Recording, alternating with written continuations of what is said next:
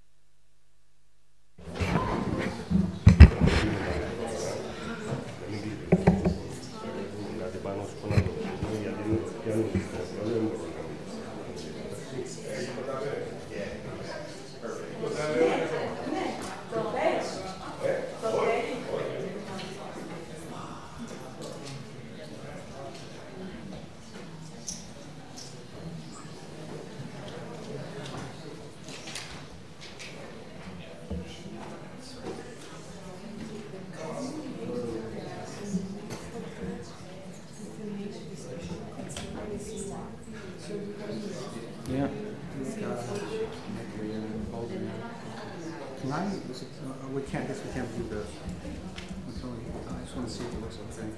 Oh yeah, you can. Okay. Make sure nothing's cut off. Some of the front. Yeah. You notice that? You okay? Okay.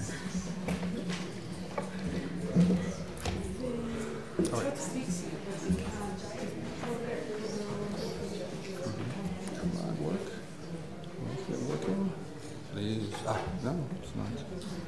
Okay, second. Let's try another one. Hmm? What? Give it time.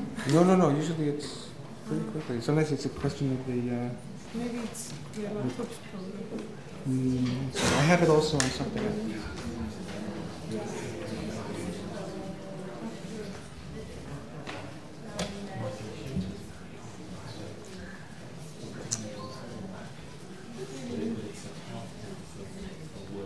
היי, שוב פעם זה קרה שזה קפץ? שזה לא נדלק. המחשב שלי? לא, הדיסק-און-קי. שלי גם. בלי התיקונים. את רוצה להסתכל, לראות אם זה נראה טוב? אני אדליק אותו,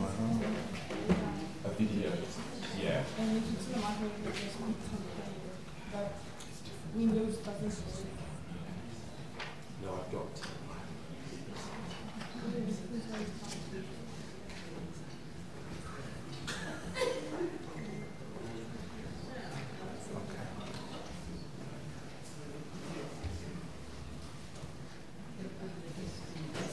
חטוף? לא. לא, בסדר, נכון? רק תראה את ההוא עם הגלאוקונית שקפץ. איזה? אחד השקפים קפץ שם הגלאוקונית נחתך שקפץ. לא, בסדר. זה בסדר? כן. אוקיי. Yes. Okay, certainly. Either way.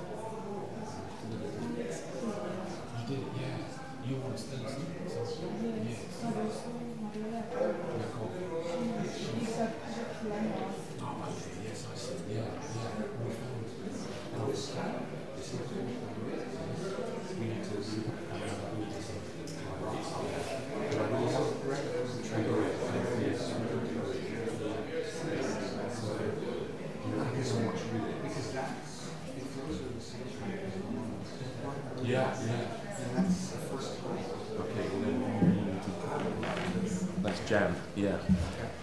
Okay, so how do I do this? Sorry, I'm a little Luddite.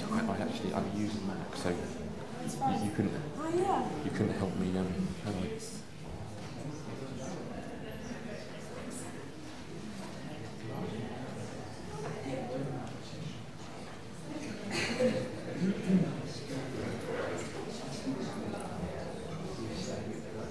Right, so yes,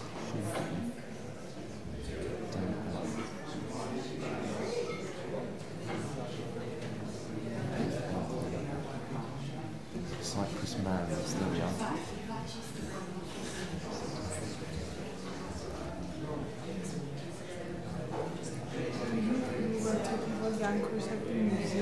No, I found an offshore site.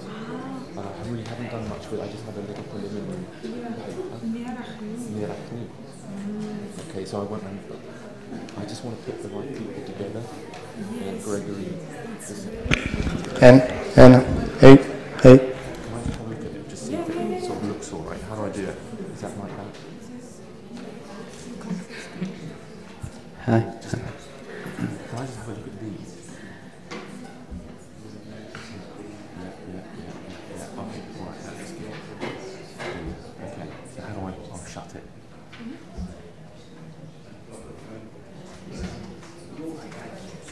Yeah, so yes, I mean you think it's well worth pursuing, isn't it? Yes, because we dig at the palace of the last king of Papua, that they, mid-foot the 90s, excavated the palace in the 50s, and excavated around it. And the landscape is really important because where they excavate, you have clear view of the temple of Aphrodite. So there must have been a harbor nearby, but we don't know. We know from the source that they existed and they had to move to the airport. So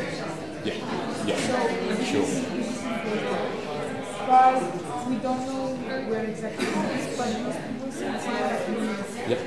Yeah, well, we've got more. Yeah. My grandma used to stick. Oh, do I just pull it out? Okay.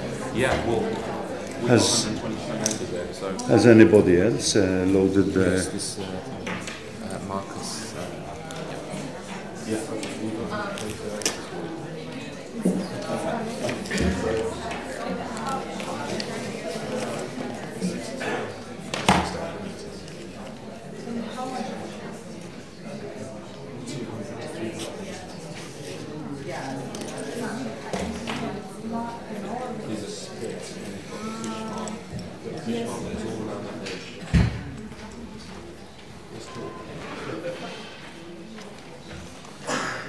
So, hi.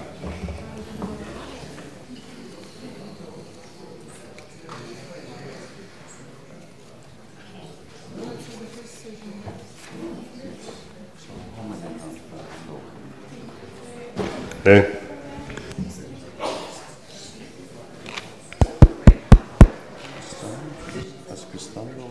Ναι. Εντάξει, ένα-δύο. Εντάξει. No, his old time.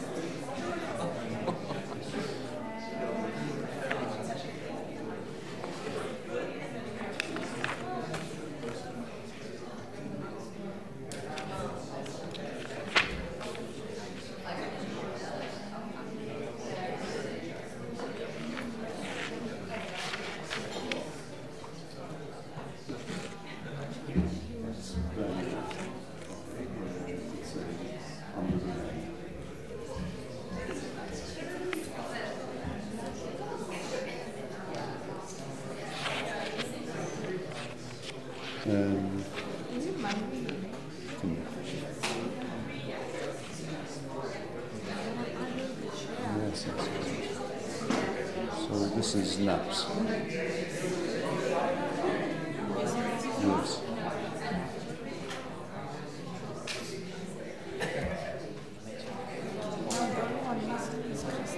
No, we need a friend of his. I don't know who Christian is. Oh, she's a girl. Thank you. Curly hair, and short. She's not here. Has a long figure. Long frizzy hair. Would one of your friends recognize her? Yes, I would know the friends here as well. I've seen her. So if you will check that, I will go and call her now.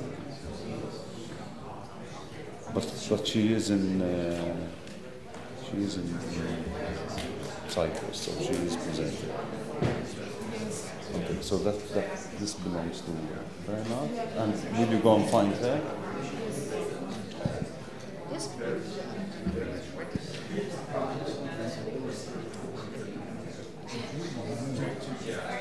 Bringing that up because it's off a map, so I want to make sure. Yeah, sure. Do you have any films? Huh? Do you have any films? Run through the first parts.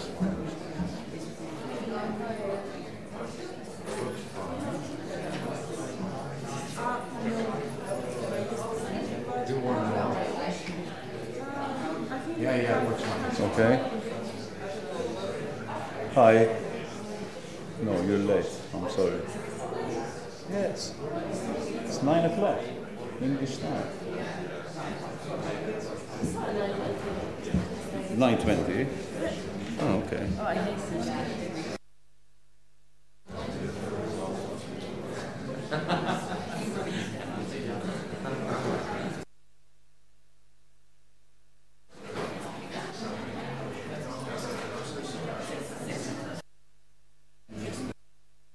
So you're gonna.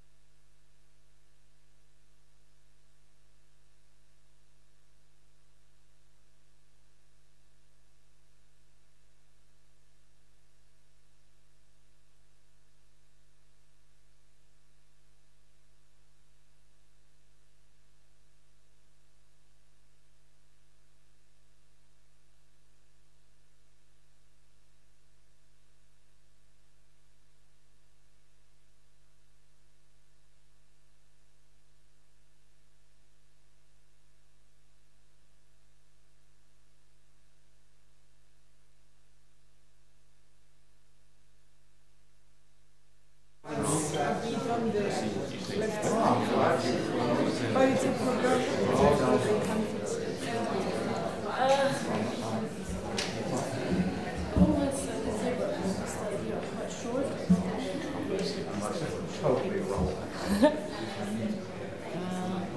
Plus, the problem is the microphone if you stand there.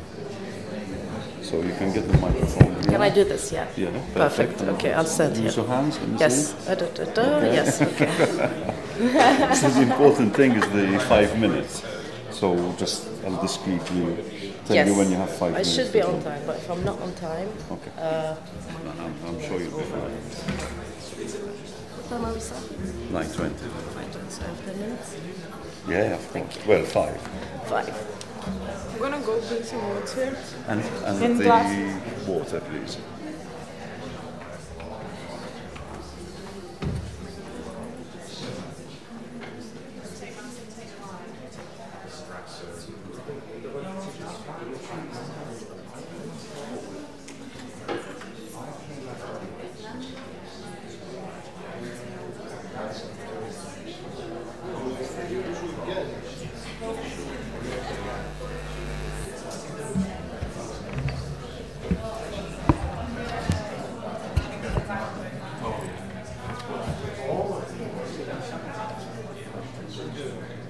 Yes. I've left it on that side.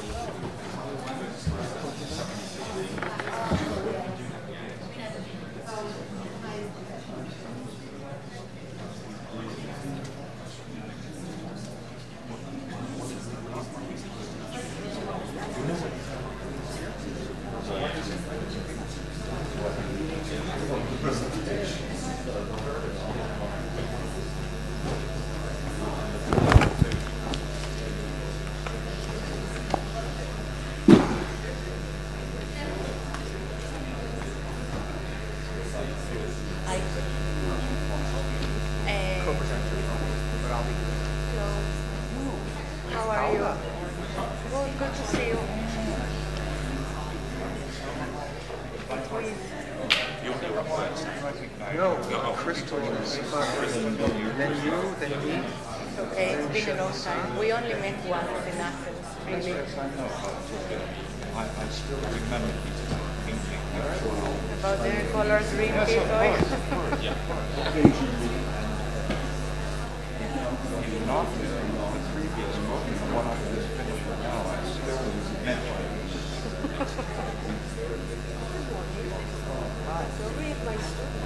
Oh, that's right.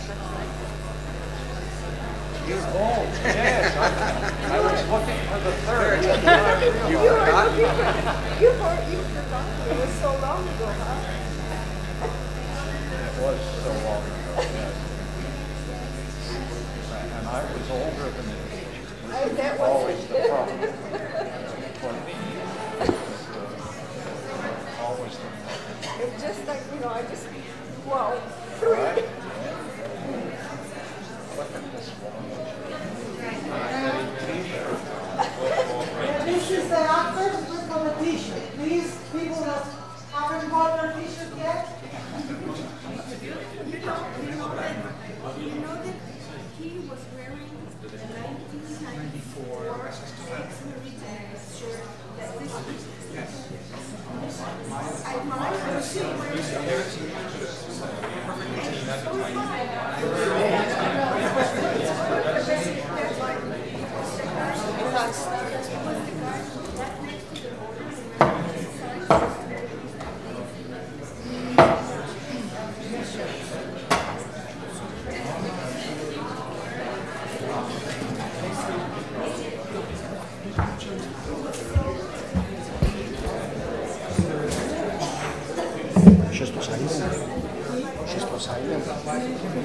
What? 9:20.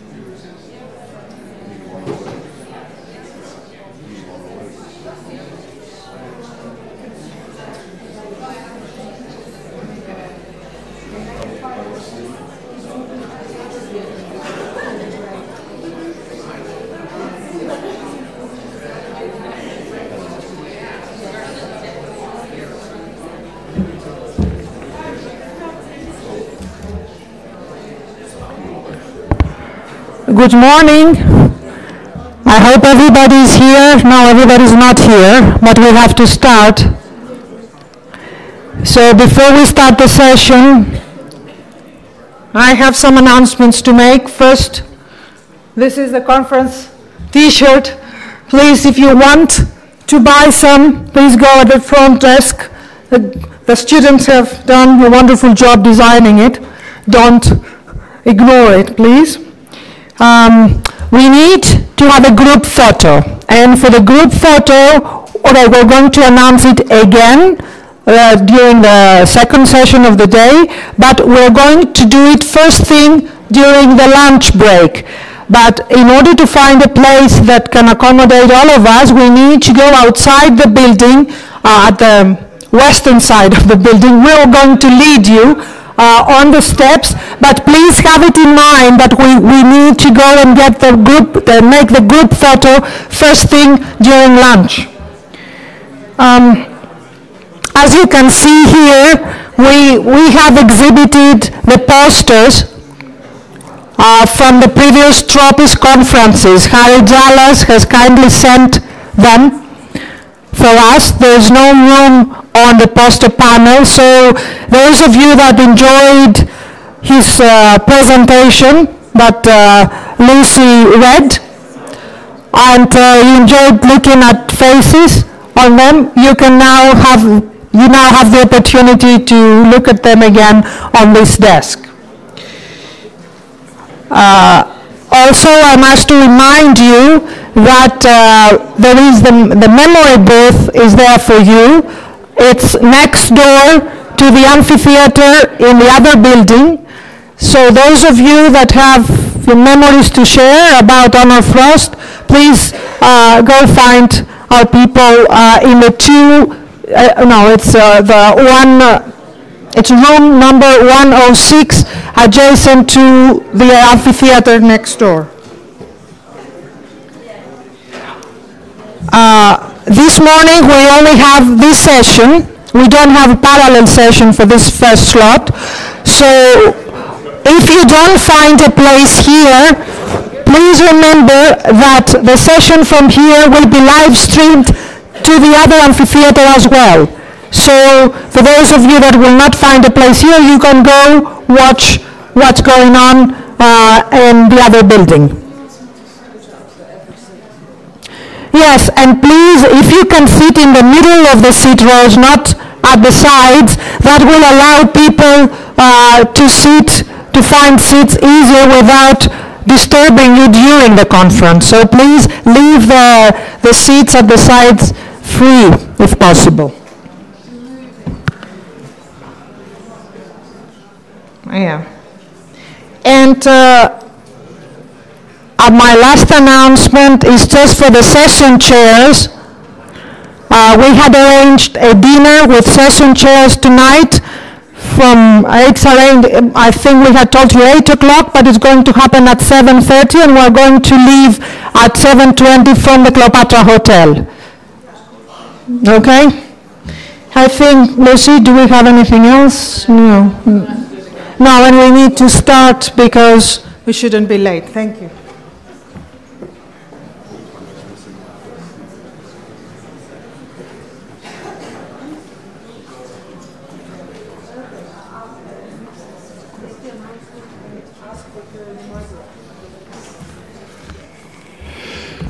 Good morning, everybody.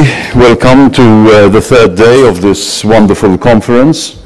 And we have 5 excellent papers lined up for this morning's session. I'd like to announce that the second part of this session, Connected by the Sea 2, which is chaired by Bernard Knapp, is going to be held in CFT 108 in the other building. So the parallel session on ship construction will be held in this building. So those of you who would like to continue following the Connected by the Sea theme must move to the other building.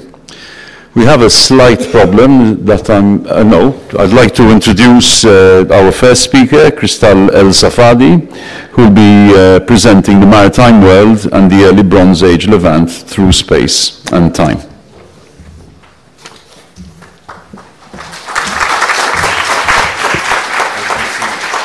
Can you see me, yeah? I don't like to stand behind this because I'm quite short, so. Is it okay? Yeah, okay, brilliant. It's a big crowd for Sunday morning, so thank you to the organizers and to the Honor Frost Foundation for having me here today. What I'm going to present is focus on my PhD research, and it's about the maritime world of the early Bronze Age Levant through space and time.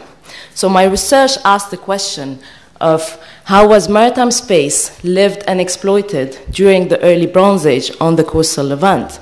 And by asking this question, I aim to first bypass the division in early Bronze Age studies that tend to focus on one of the main regions of the Levant, so focusing on the southern, central, or northern Levant, and to bring to light small-scale maritime activities rather than this generic focus on main events of maritime connectivities during the early Bronze Age. So ultimately, this research aims to reinstitute the role of maritime space in early Bronze Age narratives.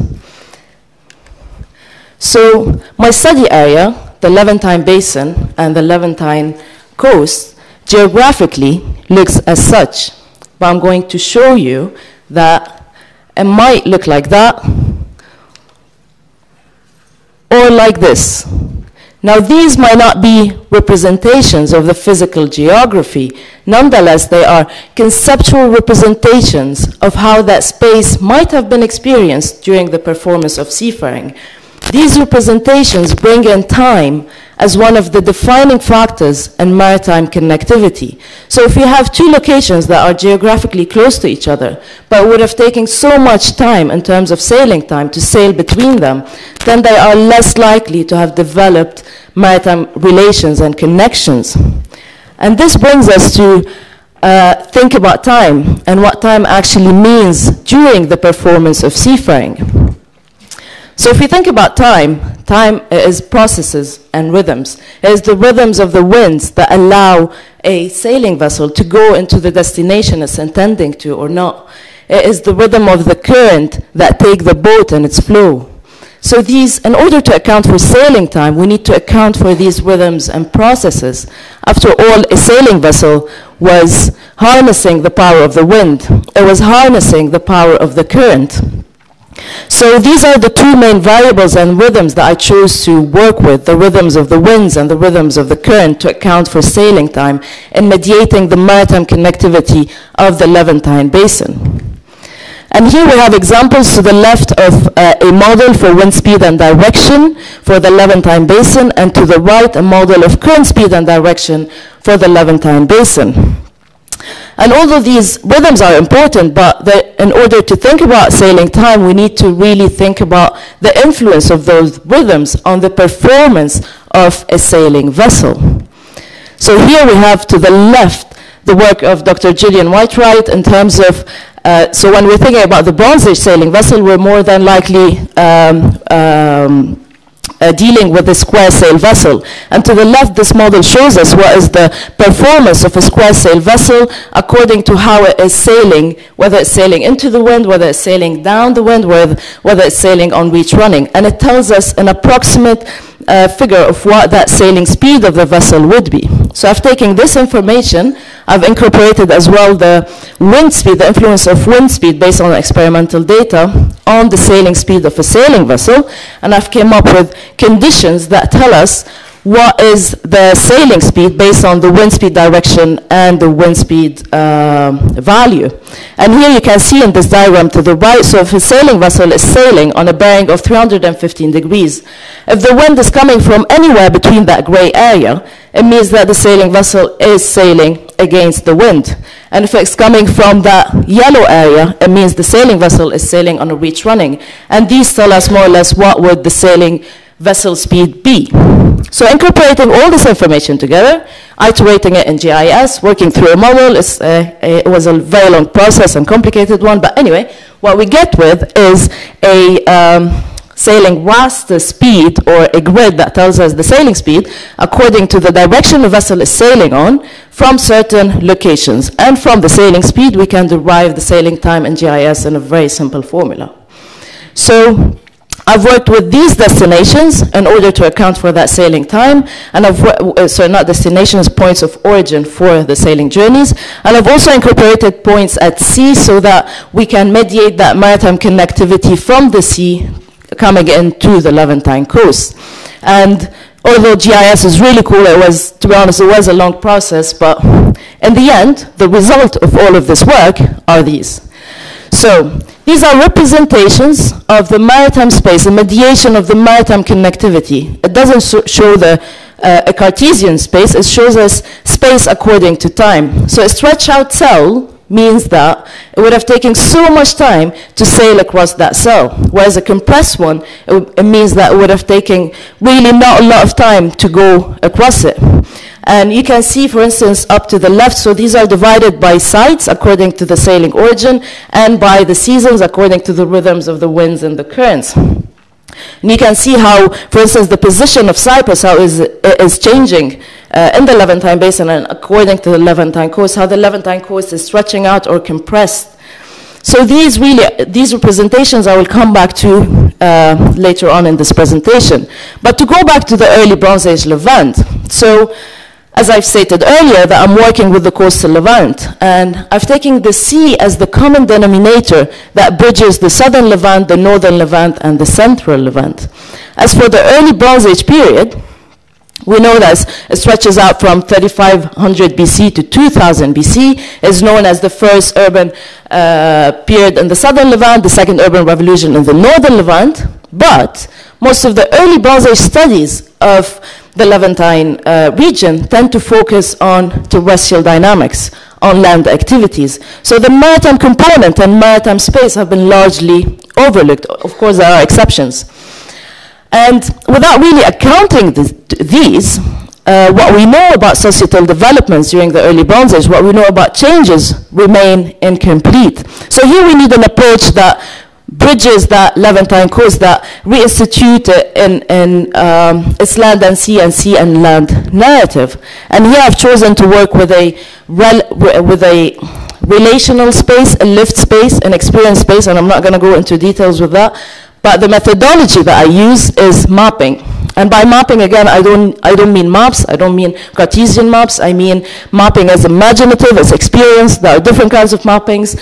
It's not total, that is very partial, it's based on assumptions, but nonetheless we can mediate aspects of the past and engage with that past and past spaces in different ways.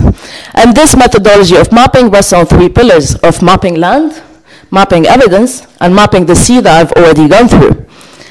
So the study area that I've worked with, the coastal Levant, of course I had to define it as well inland. And based on the European Coastal Zone Assessment, I've chosen a buffer of 20 kilometers inland to delimit the study area. But this was not really the defining factor. The defining factor was time, again. So within that study area, if you're living in that study area, it would take you less than 6 hours of walking to the sea or to the coast, which means that the coast and the sea was within a daily rhythm of accessibility. And within that study area, we have 168 early Bronze Age sites. So this is an example, oh, I'm almost. This is an example of mapping land. So here we have the distribution of early Bronze Age sites along the Levantine coast. And all I've done is generate the density of those settlements. But rather than generate the density of those settlements according to physical distances, I've generated the density according to the 6-hour window of walking time between settlements. So it shows us the density of settlements that are interacting on the daily rhythms of activities. And what we get is this agglomerations, these 3 bubbles that you see. And in fact, they cut across the limitations of the southern, the central, and the northern Levant. So this forces us to reflect and reconsider that space that we impose on past spaces in terms of these divisions that we always work with, and try to embrace the flexibility and that space is in fact porous. So apart from mapping land, I've also mapped maritime activities. And I've worked with 168 early Bronze Age sites, consolidating a database of all sorts of direct evidence for maritime activities from those sites. And I'm not going into details in these as well, but mapping all those activities. So here to the left, you can see a map. Again, this shows the density of maritime activities along the Levantine coast. But again, this density is according to time. So it shows us the distribution of how these are places and regions where maritime communities may have developed. And it shows us a baseline for maritime, for engagement with the sea taking place during the early Bronze Age.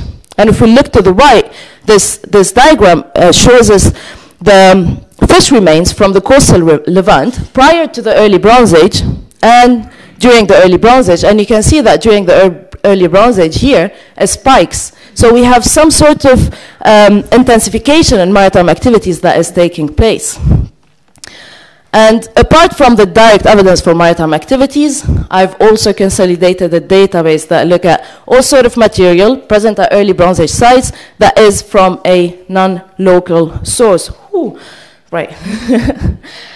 and putting all this data together of indirect evidence, we end up with this network of connectivity during the early Bronze Age. And of course, this is not showing us direct connections between places and regions, but it's showing us an understanding of that network of connectivity, of the movement of material during the early Bronze Age. But if we incorporate the mediation of that maritime space and time, we can perhaps get a better understanding of the role of maritime space in influencing and fostering certain connections. So going back to these representations, we can in fact represent them in different ways, like that. So these show the deformation of space according to time. It's a topography, it's an intangible topography, but it's a topography of space and time that may have been experienced. So the red areas, the elevated regions, are places where it would have taken so much time to sail across them, whereas the blue regions, or the depressions, are places where it would have taken less time to sail across them. And using these space-time deformations, we can get the cost according to these deformations to go from one place to the other. And here it's a convoluted process. I'm not going to explain. I'm just really rushing through. But based on these costs, the cost of going from one place to the other, the result is this table. It might be a bit confusing. It's actually a bit confusing to me. But so the figures represent the cost of going from one place to the other in terms of deformation of space and time. And what we're interested in, the highlighted, the yellow cells. So the yellow cells show us, based according to the column and to the row, which connection would have been the least costly in terms of deformations, which would have been the best course to take. So if we take, for instance, I need to change position. Right. Okay. Okay, so, I need to go on my toes as well. Right, so here we're going from and to. And if we take the connection between Ugarit and Byblos, you can see this highlighted cell here. And basically this tells us that going from Ugarit to any of those sites, on the top row, it would have been the least costly to go from Ugarit to Byblos. Whereas going to Anatolia, for instance, in comparison, if you look at the row of Anatolia, at the column, it would have been the best place to go to Anatolia from is from Ugarit. So if we take Cyprus as an example, going from Byblos to Cyprus would have been the least costly according to all, in comparison to all these sites. But whereas going to Cyprus from the site of Ashkelon, it would have been the least costly for the site of Ashkelon. It might take some time, but yeah, it took me some time as well. But anyway, so putting all this information together and all these best courses going between places, what we end up with is this potential network for maritime connectivity. And what this shows us is not direct connection, but a facilitated network of best courses. So it would have been very easy to sail from Egypt to Ashkelon, from Egypt to Byblos, but not easy to go from Egypt to Cyprus. So we don't have that connection here. Now, of course, ancient seafarers could have gone in any direction they wanted. They did not necessarily go in the most effective take the most effective journey, but trade would have been easy if it was the quickest journey. And basically what we have here, so if we take this and we apply it to what we know about developments during the early Bronze Age, so we know about the connection between Egypt and the southern Levant. Let's take the Ashkelon representing the southern Levant. So during the early Bronze Age, we know that there has been a lot of intense connections between Egypt and the southern Levant that are known to have happened via the overland route, although this is already showing us that would have taken less than 2 days to sail between Egypt and the southern Levant. But during the early Bronze Age, archaeologists agree that Egypt shifts its attention to the northern Levant, to Byblos. In fact, if we look at this, and if we look at the bottom row, and if we look at the connection between Egypt, the first yellow cell, Egypt and Byblos, to go from Egypt to Byblos, it would have been the best course possible. It would have taken less time than to go from Egypt to Ashkelon. That would have taken from Egypt to the southern Levant. So Egypt to Byblos is even better, even though geographically Egypt and the southern Levant are closer together. Egypt to Byblos would have taken much less time and would have been facilitated by this maritime connectivity. So basically here we have a direct example of the role of maritime space in the developments during the early Bronze Age. So one of the reasons for this relation between Egypt and Byblos, I'm not saying this is the only reason, but one of the reasons has been facilitated by maritime space. So to conclude with, this is just one example of the application of this kind of network, but there are a lot of things that I cannot include in this presentation. But to conclude with, you might think the Mediterranean looked like this. In fact, it does not.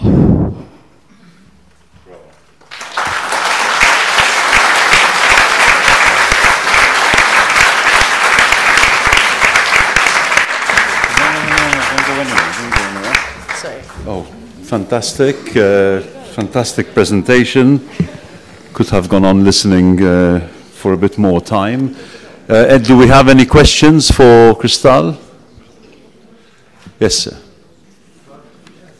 To what extent do you think the people at the time were aware of this and were taking this into account? Excuse me, can I was... I was asking you, to what extent do you think the people at the time that you're talking about were aware of this and were taking it into account in the sailing decision? Well, that's the thing, like the network of facilitated maritime network that I've shown, in fact, it mirrors the archaeological evidence in terms of connections between places and regions.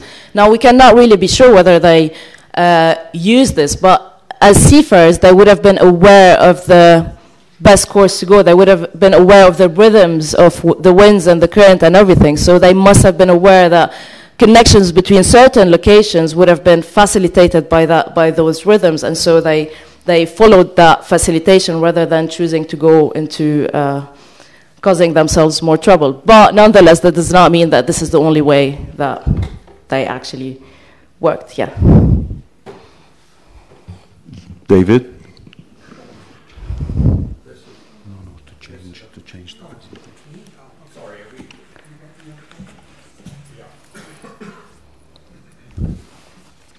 So who's next? Duncan.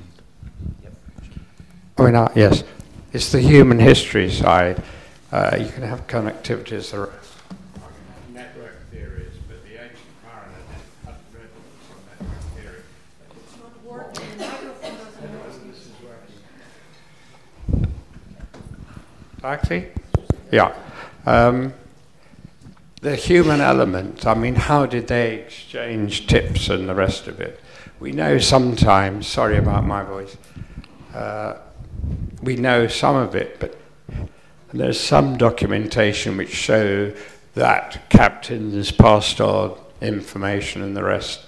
There's the human history side. After all, our end aim has to be not pots and the rest. It has to be human history. How do you imagine that, you know, the information, brilliant paper, how do you imagine that the information there was transmitted? I know we have a little documentation on actual voyages, but how do you see the human event? Well, I would think that it's via oral history, really, and people just, because we already, I've seen that, I've shown you that on the Levantine coast we have that kind of, you know, maritime bundles of activities. So these are places you may have had communities over there. So these are places where people were interacting, and the coast in itself, it's a hub. So it's a place where people come together, and by that mere fact is that they were exchanging ideas, they were exchanging information. So one seafarer or one ship was not acting alone. You had a whole fleet, a whole community that was, you know, helping it, assisting it, and coming to the land and coming to the harbor and going out. Even a small fishing boat that actually had some sort of, support in terms of, and knowledge, yeah. Good. Yeah, and can I just say one more thing? So what I'm presenting really is not, I'm not trying to say that this is exactly how it was. What I'm trying to say is that we have different ways of engaging with the past, and we need, you know, it's just like saying if the only tool that you have is a hammer, you tend to see everything, it was a nail. So I'm trying, you know, if we use other tools, we can see other aspects of the past, and we can try to engage with it and ask different questions. So we have time for one more question. Oh, can we continue the discussions? There's a question from Ezra, and then I'm sorry, we'll have to continue the discussion with Crystal over the break, or if we have time, perhaps at the end of this session. Ezra? Okay, you can hear me. A brilliant presentation. I've long thought that GIS needed to be applied in such a way, combining least cost path analysis with network analysis. It'll be a wonderful model that could be tested for all periods. Yes. As long as we're using the square sail. Yeah, but the only issue I think has to be considered, and you may not have gone into it for want of time, is one of the aspects of rhythm of movement in this region is the diurnal change in the winds. Yeah, that's actually included. So in my wind rhythms, I've included the changes from the morning to the afternoon. I've included that data. Okay. Yeah. And the other thing is there are dead zones. For example, the area of the Sinai, there's no offshore breeze, so it's a lee shore that is incredibly dangerous to sail in its proximity. Yeah. Well, like in all sorts of models, there's always a degree of generalization. We're making assumptions, and we have to be aware of those assumptions. And I've made loads of assumptions, but I'm very clear about them, and I'm happy to tell everyone whichever assumption I've made. Yeah. Thank you. Really great paper. Well done. Thank you.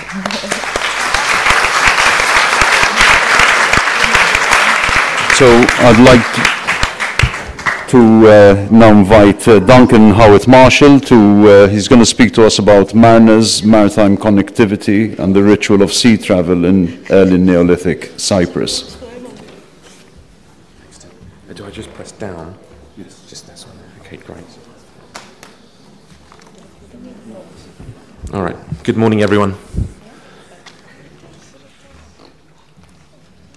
The idea that early societies imbued maritime space and, by extension, maritime connectivity and the social practice of seafaring with a degree of symbolic significance or a degree of symbolic capital has been around for a long time.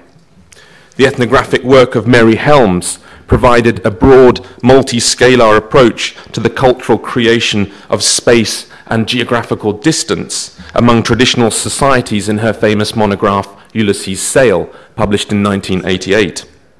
And of course, Krista Westerdahl's comet-like article, as you all know, The Maritime Cultural Landscape, published in 1992, was instrumental in developing this unified theoretical concept that links human agency in and on both the land and the sea. Here in the Mediterranean, Cyprian Broodbank, Helen Farr, John Robb, and Crystal's fantastic presentation we've just heard now examining the role of mariners, the conceptualization of maritime space, and certainly in the case of Broodbank, Fire and Rob, in the context of things like island colonization and the early development of seaborne trade. So my role this morning is to see if we can gain some further understanding about maritime lifeways in early Neolithic Cyprus and the cultural creation of maritime space during the early spread of agriculture in the Eastern Mediterranean. So I think it's fair to say that spatial zones are often concentric. They highlight and contrast between the near and the far, the known and the unknown, the safe and the dangerous, and so on. And I think early societies would have marked these dichotomies by contrasting categories of experience and perhaps territorial differentiation in the landscape. But what about maritime societies, island and coastal societies? Because for them, in the early Neolithic Mediterranean, the sea not only acted as a barrier between the near and the far, and to the people living on either side of a maritime strait, but it acted as a conveyance, a middle domain, if you like, between the near and the far, between the home base and geographically distant lands on and beyond the horizon to peoples and experiences. As mixed subsistence systems and agropastoralism and animal husbandry, the so-called Neolithic package, spread from the shores of the Near East to the great islands of the Mediterranean and beyond, Cyprus was very much in the slipstream for groups of early farmers arriving on the island and adapting to new forms of subsistence. Regular movement, therefore, and the introduction of people and new animal species to the island from the mainland, for example, wild boar and fallow deer, as well as founder crops and raw materials, would have established the sea in its operational and ecological context. During this early colonization phase, which I think took place over the course of multiple generations, affiliations with places on the mainland and peoples and certain material items from these geographically distant lands would have doubtless been imbued with a degree of, well, whatever you want to call it, sort of symbolic connotations, if you like. The nearest source of obsidian, for example, to Cyprus is in Cappadocia, in southeast Anatolia, requiring a complex chain of interaction over a significant geographical distance, including, of course, difficult terrain once you're on the mainland, and a potentially very, very dangerous maritime voyage. So it's likely, therefore, that the acquisition and the circulation of things like obsidian, these geographically charged objects, for me, I appreciate others have argued against this, but it's a de facto exotic material on Cyprus due to its rarity, would have instilled the procurer and subsequent owner of said artifact with a sort of elevated or meaningful status perhaps within their community. Because the mechanisms by which and through which these sorts of exotic objects were procured from these far-off places were costly, they were potentially very dangerous and complex, and they required the skills of circulation specialists, seafarers, long-distance specialists. So following the movement of people and founder crops and exotic things like obsidian, mariners were establishing themselves as craft specialists, as expert boat builders, logisticians, because these sorts of voyages would have required an enormous amount of prior planning and preparation, as well as expert wayfinders, navigators. The ongoing introduction of new species of animals, especially the mammals on the island from the mainland, provides indirect evidence for the development of sufficiently large and sufficiently sophisticated sea craft to get them from the mainland to the island with sufficient space to carry large ruminants of post-weaning age, as well as enough space on these craft for small rodent stowaways to go unnoticed, because the domestic mouse was introduced to Cyprus at this time. So they were sort of scuttling away on ships. Knowledge of the sea routes to the island, however, as well as the winds and the currents and the environmental context of seafaring and the viable landing places when you got to the island, were first practiced by the maritime hunter-gatherers in the preceding Epipaleolithic, and I think that that actually goes back a lot earlier, but that's for another discussion. So what I'm saying here is that maritime lifeways and this engagement with the sea and all the preliminary knowledge of Cyprus took place a lot earlier than the arrival of the first farmers, by at least 2 millennia. So that sounds all very well and good, but where's the evidence? Well, the first evidence for the earliest maritime voyages so far to Cyprus are at Akrotiri Aitokremnos on the south coast, which can be traced to the late Epipaleolithic, dating to about the 11th millennium BC, which coincides with a period of environmental upheaval, this so-called Younger Dryas, as I'm sure you all know, a return of sorts to the arid, cold conditions of the last glacial. This journey would have required a crossing of at least 65 to 70 kilometers from the southern Anatolian coastline and around 100 kilometers from the northern Levant, which is a considerable feat of seafaring skill. Significant numbers of marine invertebrates, you notice here, have been found at this site, as well as a range of avifauna, and most famously of all, of course, the 220,000 pygmy hippo and pygmy elephant bones, which is a source of a degree of controversy, but again, that's another discussion. But the chip stone assemblage is key here, and it indicates a potential link to the Okusini cave in southern Anatolia, which may have been a point of origin for these very early seafaring foragers to the island. So the site is significant because it's indicative of this genealogy of seafaring that goes right the way back into the Epipaleolithic, that was drawing Cyprus into these expanding spheres of maritime activity. Coastal foraging seascapes, as Graham Barker calls them, in the Eastern Mediterranean, long before the arrival of the first farmers. Likewise, these early sites of Agamas Aspros and Nissi Beach each demonstrate to a degree a continuum of this coastal foraging pattern for the island, despite the limited number of radiocarbon dates at these sites, placing them in the Aceramic Neolithic. But this is an interesting point, because strikingly, both of these sites have been located on fossilized sand dunes, these Ionianite formations, and they would have been favorable places for seasonal campsites for these mobile hunter-gatherer foragers coming from the mainland, including landing places for their boats and an abundance of sea salt which naturally collects in the little pockmarks in the Ionianite formation, which could have been used for food preservation and animal management, as well as, of course, ready access to fresh water. So I think, sort of in sum, for these three sites, Aitokremnos, Nissi Beach, and Agamas Aspros, what we're seeing here is a maritime way of life that goes back long before the arrival of the first farmers, but also potentially, especially in the case of these two sites, a way of life that continued long after, for at least 2 millennia after the arrival of the first farmers. It's seemingly the case that many people, these specialist coastal forager groups, were reluctant to let go of their way of life and embrace fully this new incoming Neolithic way of doing things. Another coastal entity is Ios Tikonas Klimonas on the south coastal plain, dating from the end of the 10th to the middle of the 9th millennium BC, and radiocarbon dates here fit squarely within that PPNA mainland tradition. Several pieces of obsidian have been recovered from this site, suggesting that the material was arriving from the mainland, from Cappadocia, at this time, albeit in relatively low quantities.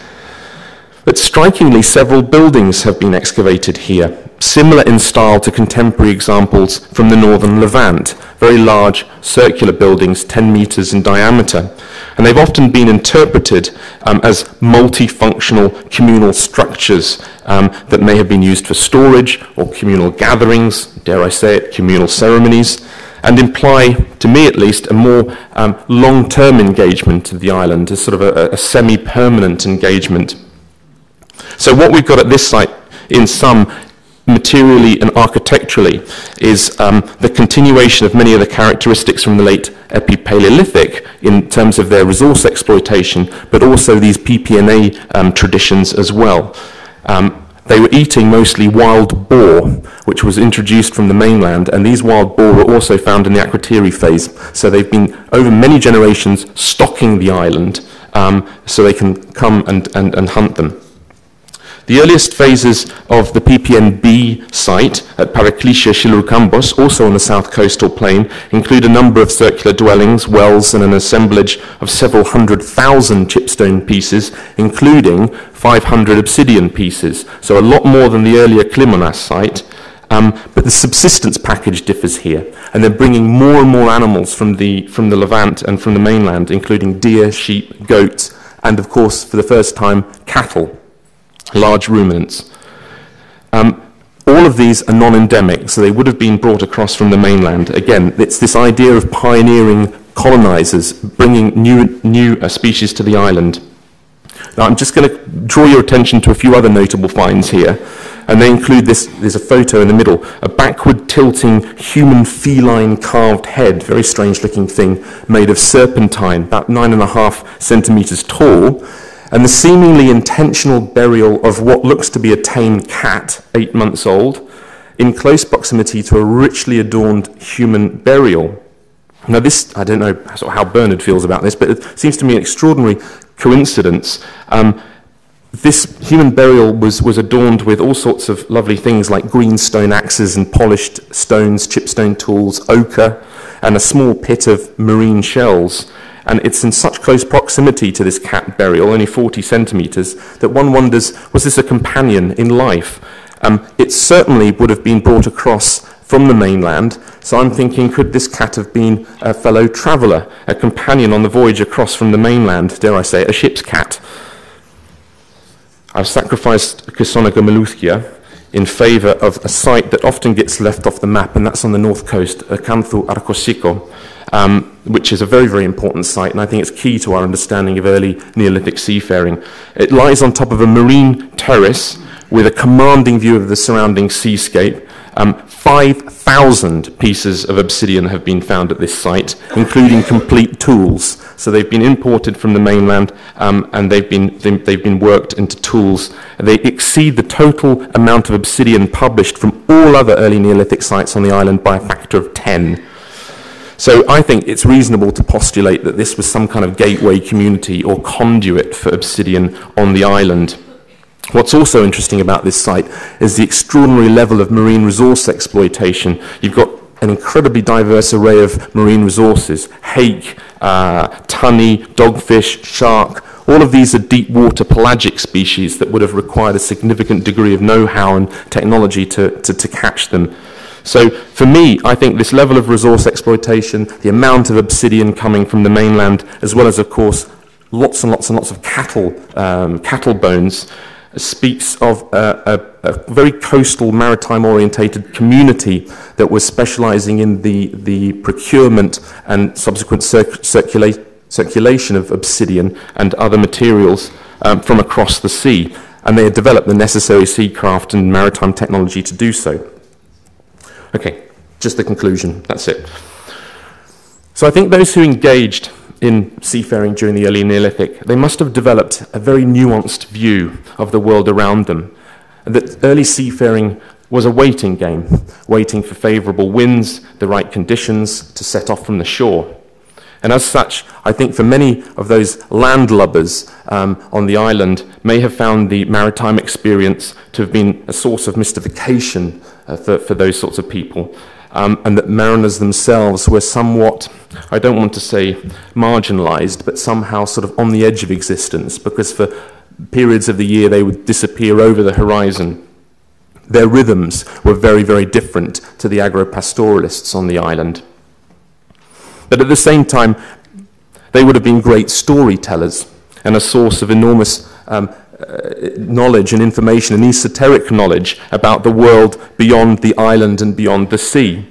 So I think communities in early Neolithic Cyprus, therefore, may have viewed them as conduits to their ancestral origins, their genealogical origins from these places across the sea, and associated them with ancestral journeys, ancient pathways, and perhaps myths of origin. The very act of gazing out to sea, studying the winds and the movement of the water, could be construed as a ritual of sorts, a practice that imbued these mariners with a very specific view of the world. For them, being at sea and being near the sea was normal. The sea provided food, It provided them with a pathway to other places and experience and peoples. And in a sea of islands like the Mediterranean, dry land was the limiting factor and not the sea.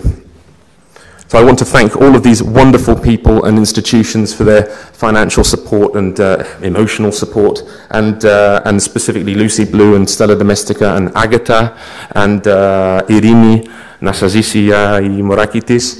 Και σας ευχαριστώ πάρα πολύ για όλους, to all the wonderful student volunteers and the good people at Mari Lab for your wonderful, wonderful conference. Thank you.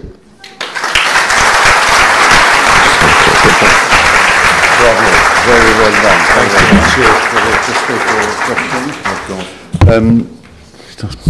I'm dreading to see how many hands go up, but we have time for a question. Did I scare you all away? Oh. Yes.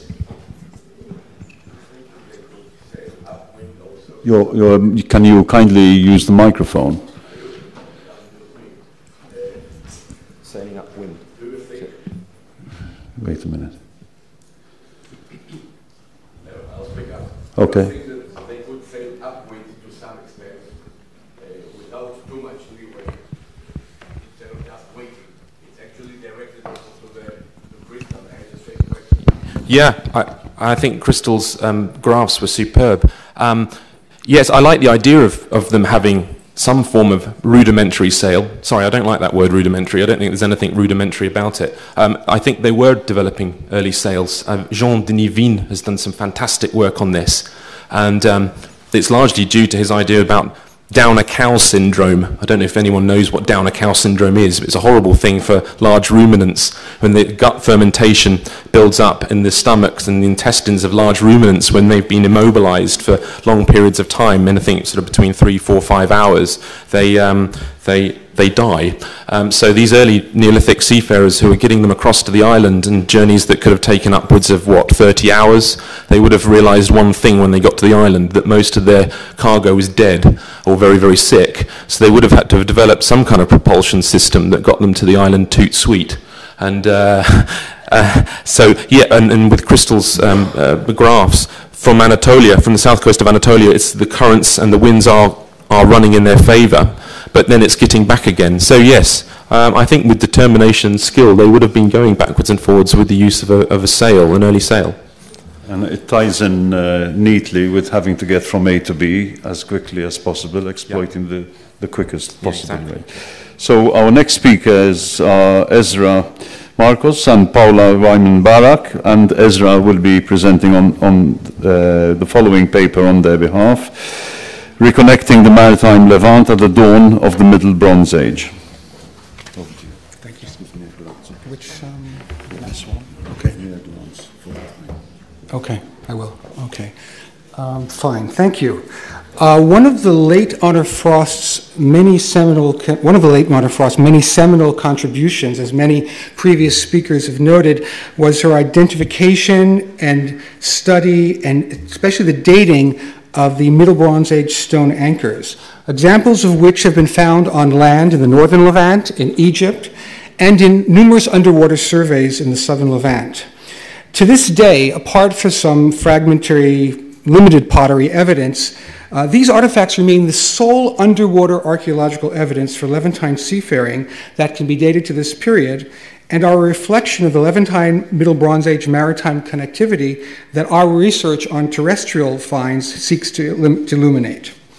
From its onset in the late 20th century, BCE, the Middle Bronze Age Levantine coasts reflects a maritime rather than merely a coastal lowland phenomenon, and possesses discrete regional variations.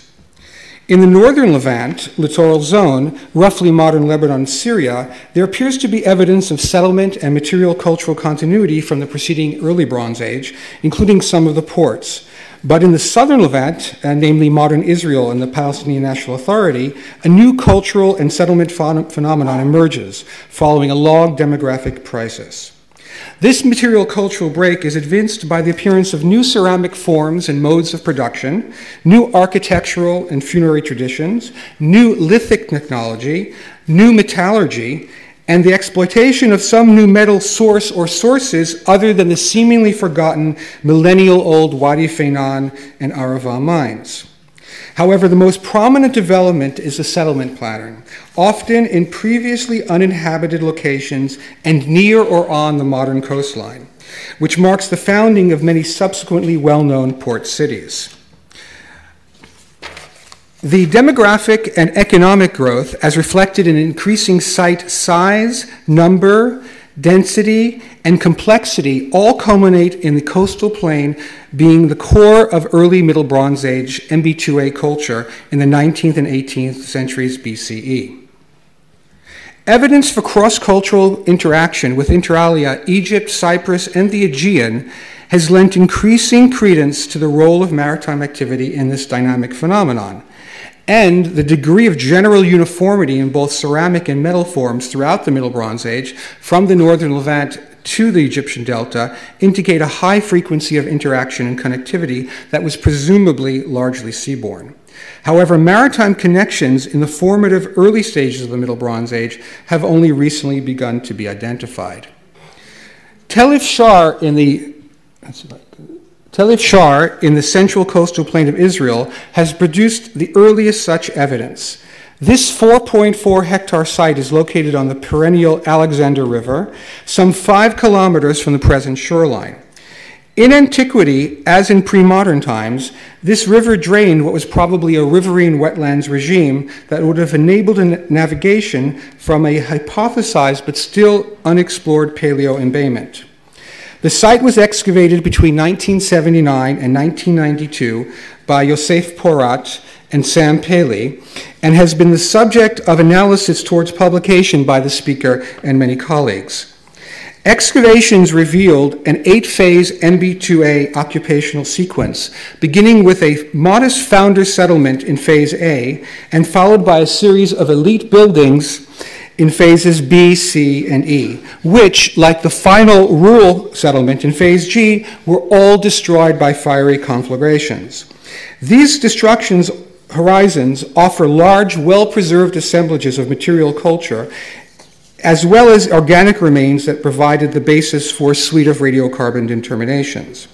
As already reported in previous publications, imports from the northern Levant, pottery, and charred cedar, and from Egypt occur already in Phase A, and are well represented in the first elite multi-storied 600 square meter middle courtyard building in Phase B, which we have dubbed Building 955.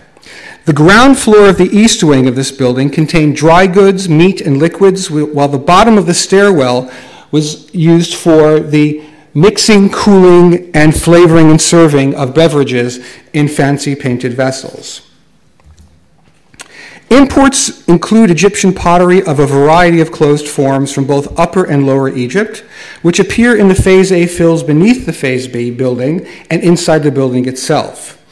Most are small and portable forms, but this gutter rimzier with an aperture of 42 centimeters is larger than any comparable example in Egypt.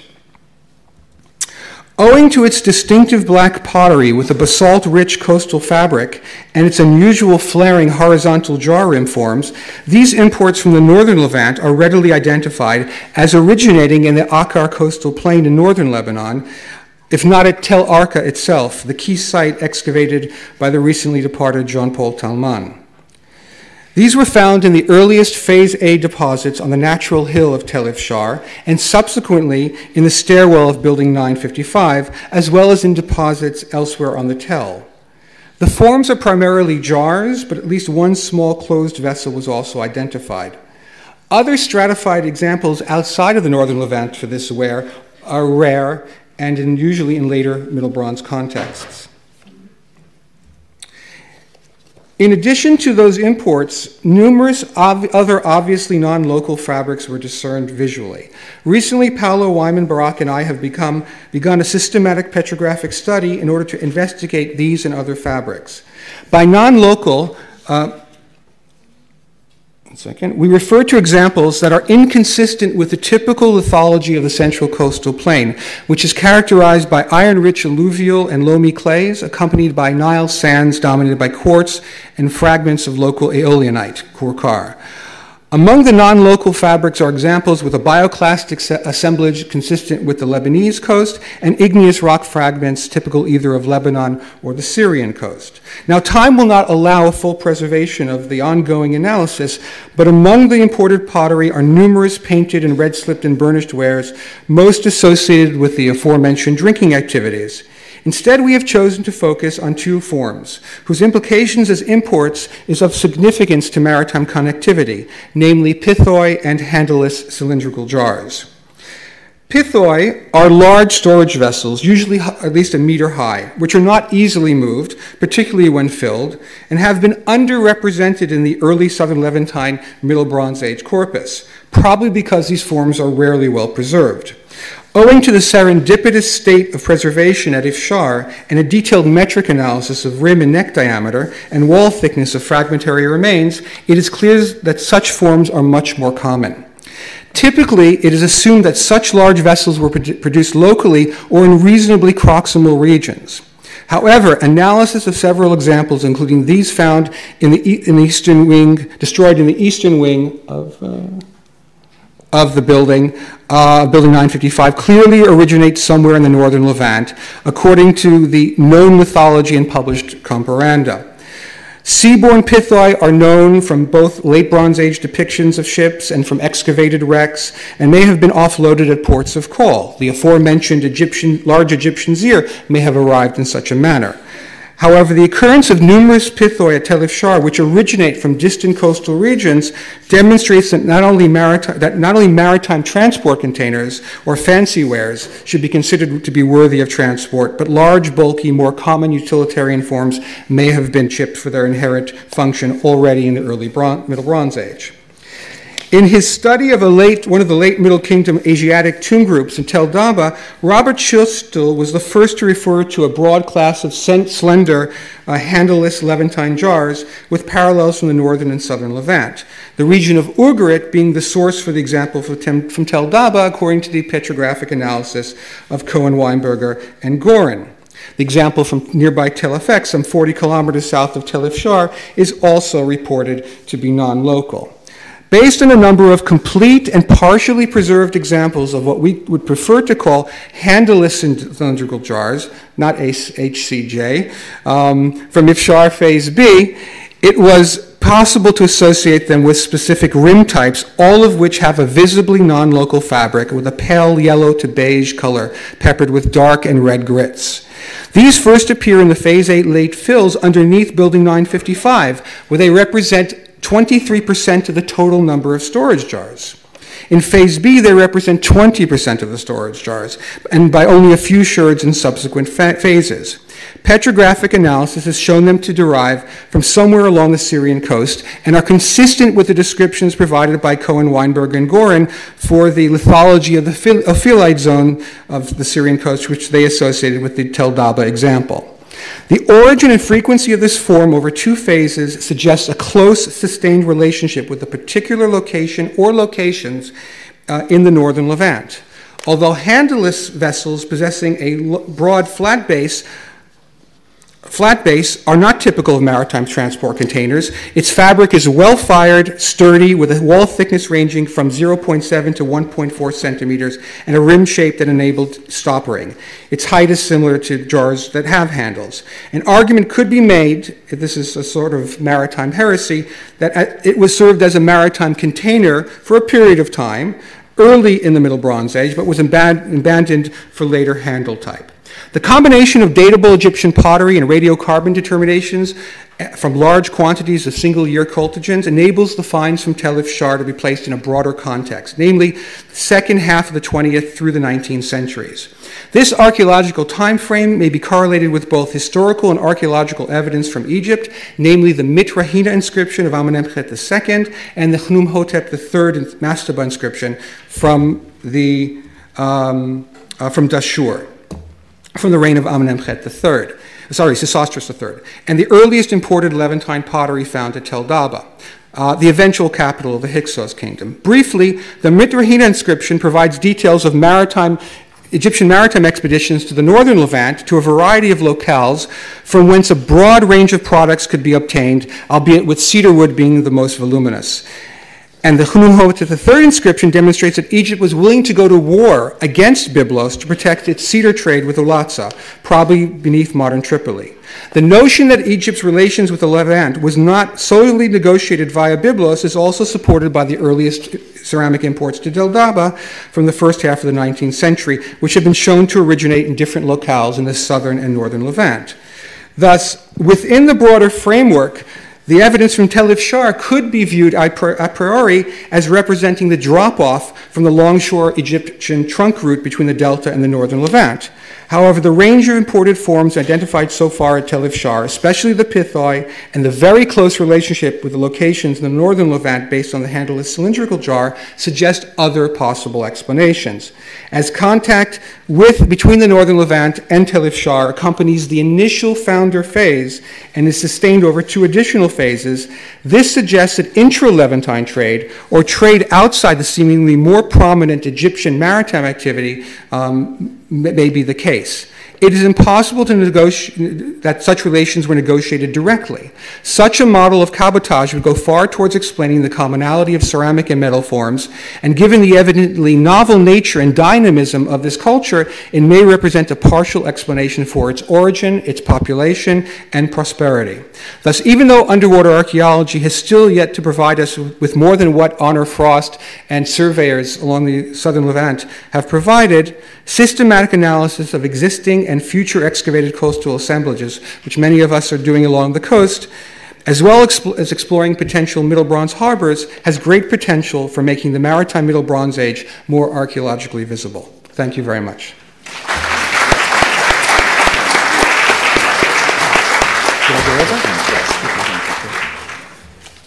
Well done, Ezra.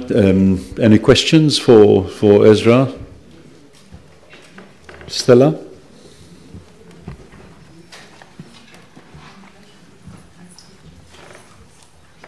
Thank you, Ezra. Thank you. Very interesting. Maybe you said it and I didn't catch it. But regardless, the handless cylindrical jars. Yes. How big are they? Because you said They're they are about 50, 52, 53 centimeters in height. They probably had somewhere 8, 9 liters, maybe at best. Because more than that, it would be impossible to carry without some kind of handle. I was going to take a picture of myself holding it over my shoulder, just to show how it can be carried. But yes, you're absolutely right. And could I just ask, in addition, how would these vessels have been placed on a ship? How do you envision that they would have traveled if they were maritime transport containers? I think that they would be laid against the side of the hull, and dunnage would have been put between it. I don't know. Certainly the shoulders are thick enough and strong enough to have allowed stacking, for sure. The issue with the flat, broad base is that you can't stick a more pointed shape into the space between 4 adjacent vessels. That's the only aspect of the stacking that would have been, but that's not a problem. Do we have time for another question? No. Okay. Thank you. Thank you. Well done.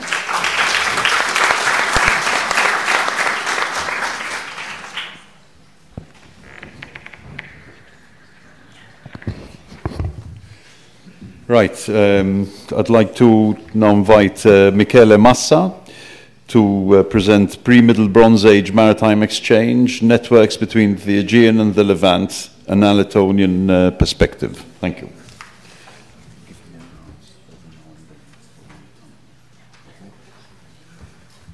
Thank you very much.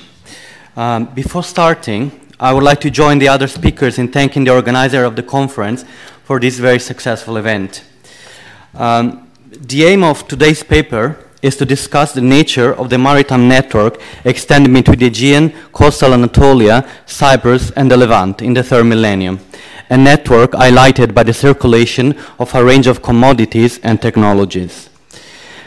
This paper further intends to challenge a common view that before the latest EBA, interaction between these areas was limited, characterized by a down-the-line trickle of exotica, and a phenomenon that did not have any noticeable effect on the development of Aegean societies.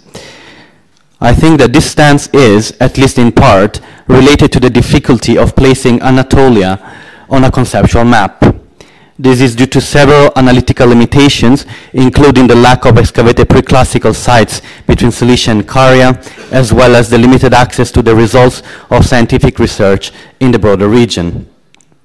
However, this is also, I think, driven by a general tendency in Aegean archaeology to read all innovation as a result of indigenous development.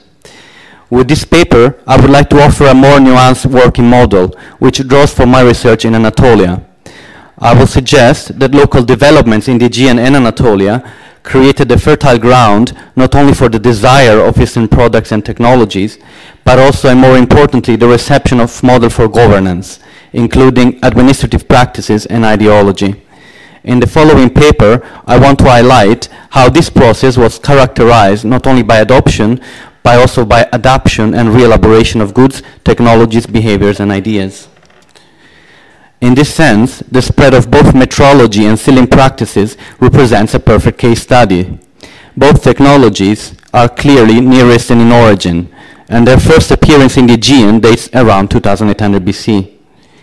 In both cases, we can clearly trace a process in which the local societies became exposed to the know-how, then made the decision to adopt it, then re-elaborated it to better fit with their own traditions.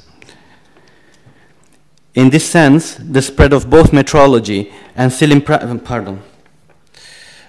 instance, the shape, motives, and materials of the Aegean seals have little in common with their Near Eastern pieces, and are rooted in early local traditions of pintaderas, albeit applied in different contexts of use. Further, both in the Aegean and Anatolian, sealings are almost exclusively employed on containers, representing a simplification of contemporary Near Eastern practices. And similarly, the Aegean balanced weights employed Levantine metrological units, but their shape was a local innovation. Also, something to keep in mind for later discussion, both metrology and sealing practices offer a clue as to the shape of the proposed maritime network, since there are features that exclusively occur at coastal sites, as in the case of sealing pressed pottery that you can see here. In connection with this route comes another transfer of several technologies clustered around seafaring, and in particular the sail technology.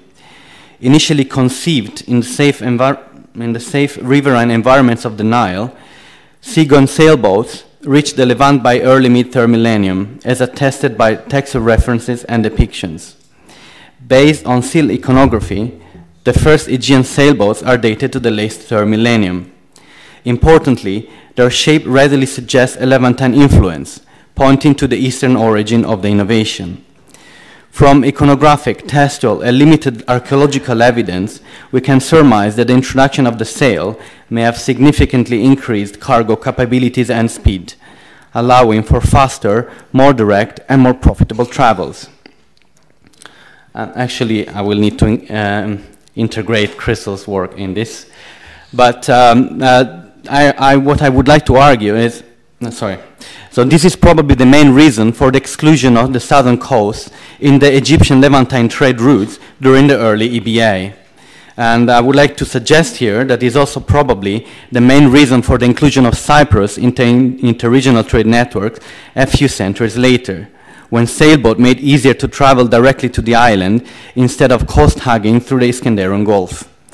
This idea ties in with a lot of the evidence presented later that suggests a surge in the amount of Near Eastern goods in the Aegean around 2500 BC and contemporary with the so-called Cypriot Philia phase. So while at present there is no direct evidence for this, I would like to suggest that the arrival of the first sail-propelled vessels in the Aegean may date earlier than currently acknowledged. In addition, a significant range of commodities also circulated within this route. Before presenting the evidence, there are a number of issues to address when discussing the exchange of goods. First, most artifacts have no provenance analysis that could unequivocally point to their place of origin. And secondly, objects are often not assessed by specialists, something that can affect the correct identification of materials like faience, ivory, and hardstones. More importantly, the conspicuous process of re-elaboration of foreign forms and materials is often overlooked or taken as an indication for limited direct exchanges. On the contrary, I argue that the local reproduction of exotica is stimulated by a familiarity with the originals, a process that prompts their emulation. In addition, the imitation of exotica is often accompanied by acquisition of technologies associated with their production, thus highlighting yet more episodes of technological transfer. I unfortunately don't have the time to show all the case studies in much detail, so I try to present them as concisely as possible using maps. I would like to pay attention to three elements on each of the following slides: the nature of the goods, their spatial distribution, and the date of the first documented objects in the area. So here we have cosmetic containers, some of which, from a typological ground, may be locally produced. And then we have ivory objects as well, raw ivory tusks for local production. And then we have objects in faience, some of which may be locally produced and may not be faience at all, or they may be related techniques, but not faience. And then we have Egyptian stone vessels, all of which are clearly imported. And then we have some different types of Near Eastern seals, including cylinder seals and gable seals that are also spread in mainland Anatolia, as well as stamp cylinder seals and scarabs and button seals only found at coastal sites, plus a range of disparate imported objects, including Indian carnelian, ostrich eggs, and lapis lazuli beads. And finally, we have some provenance analysis that points to Cypriot copper being found in the Aegean. So the current evidence suggests that we're dealing with a westward influx of small valuable artifacts coming from the Levantine coast or through the Levant, most of which are clustered at a coastal site, as you can see here. But what does go in the opposite direction? The evidence is at present rather scanty. We have some possible Cretan pottery and some stone vessels at Byblos. We have one Cilician jug in Egypt. We have a number of Aegean or Aegeanizing oil or perfume containers on Cyprus, possibly also of local production, and then a type of pierced flat axe that has mostly a coastal distribution and reaches all the way to southern Levant. So I think that there is something missing in the picture, and I think that metal is the answer. Because, as you can see here, both Anatolia and Aegean are replete with metal resources, particularly copper, silver, and gold. And these were most likely the products exchanged for the Near Eastern commodities that we see in the West. And, for instance, many of the balanced weights that I briefly discussed earlier were found in close association with metallurgical activities, suggesting that they may be employed in their trade. And further, most of the balanced weights are less than 100 grams in weight, suggesting they were employed to weigh low bulk, high value products, like, for example, silver and gold. In addition, we know from later texts that Assyrian merchants in Kültepe were mainly interested in silver and gold, and that they were usually melting metal artifacts into bullion for reselling. And this may explain the scarcity of recognizable Aegean or Anatolian metal objects in the East. And of course, we have evidence, particularly from the Eastern Aegean coast, that since the late 4th millennium, we have large-scale metallurgical activity, which may trigger also the interest for metal. However, problematically is the scarcity of lead isotope analysis on Levantine, Egyptian, and Mesopotamian metal, particularly on gold and silver artifact, that hampers a fuller picture. Here you can see, however, that an analysis by the Oxford Laboratory, still largely unpublished, does suggest that during the late 3rd millennium, 20% of analyzed Cypriot copper artifacts and 13% of southern Levantine and Egyptian artifacts may have come from the Aegean basin. So while not conclusive, these results, however, support the idea that some amounts of metal may have circulated across the maritime network. And coming to the conclusion, what I believe is that based on the spatial distribution of Levantine originated or inspired commodities, we can clearly identify a maritime network extending from the Levant to the Aegean through the Anatolian coast. Not all products travel from one end to the other, but a small portion of them certainly did. The shape of the proposed maritime network is confirmed by comparing it with a range of Mesopotamian-originated or inspired goods that have a clearly different spatial distribution, as you can see here, highlighting a different set of routes across mainland Anatolia. The early stages of this maritime network, which I unfortunately didn't have time at all to talk about, but they are still not well understood.